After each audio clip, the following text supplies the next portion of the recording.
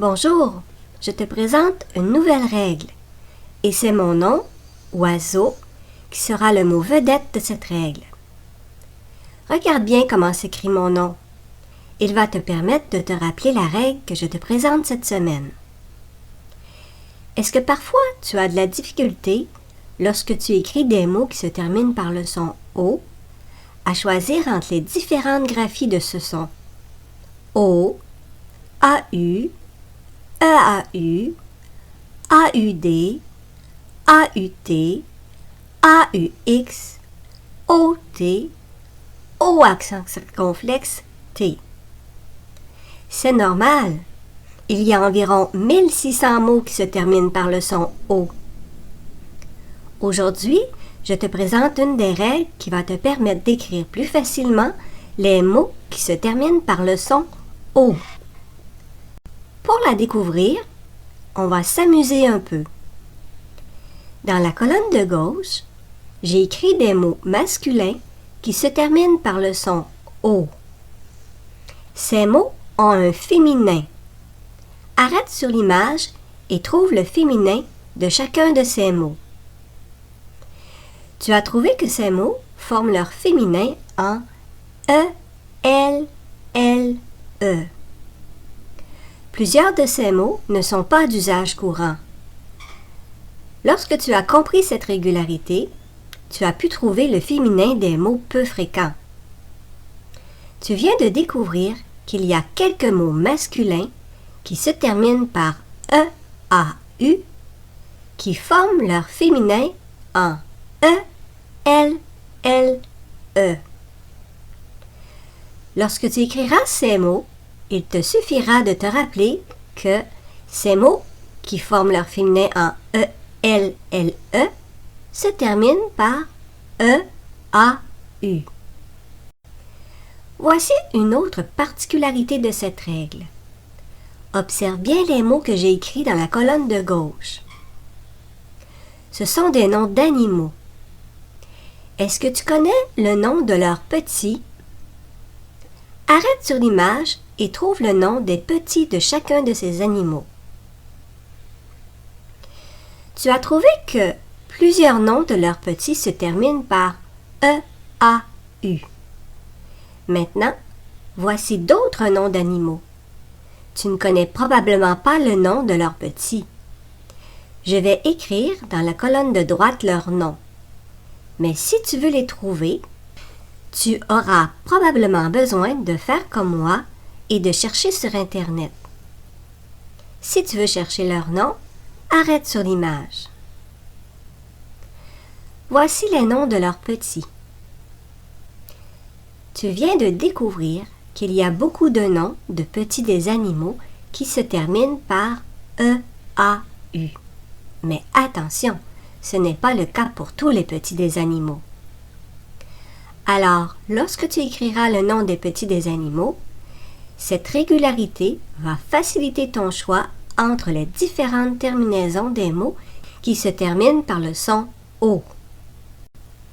Tu pourras découvrir d'autres règles qui vont faciliter le choix entre les différentes graphies du son O dans les cahiers Découvrons l'orthographe du 3e cycle.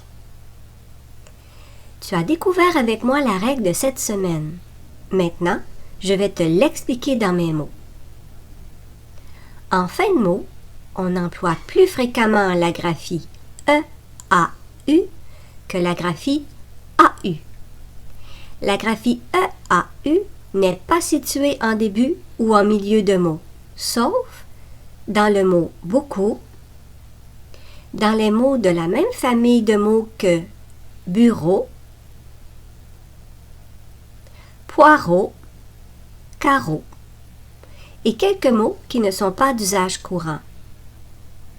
Il y a environ 280 mots courants, des mots que tu écris très souvent, qui se terminent par E, A, U, et une dizaine de mots forment leur féminin en E, L, L, E. Le nom de plusieurs petits des animaux, environ 35, se termine par E, A, U. Cette semaine, Chaque fois que, comme un détective, tu détecteras des mots qui se terminent par la graphie EAU, tu pourras les ajouter dans ton cahier à la page 32. Pour t'aider à apprendre la règle des mots qui se terminent par le son O, je te propose quelques mots à étudier cette semaine.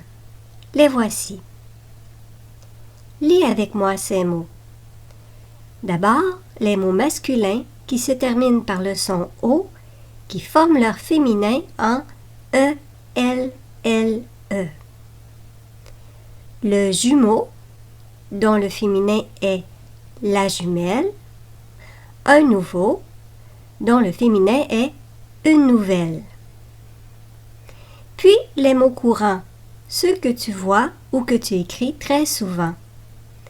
Le gâteau, le chapeau, le niveau, un rideau, le fourneau, un couteau, un drapeau, la peau, le radeau. Maintenant, lis avec moi les noms des animaux et des petits des animaux. Un oiseau, le chameau, le baleineau, le corbeau, un moineau, un agneau, le renardeau, un chevreau, le canardeau.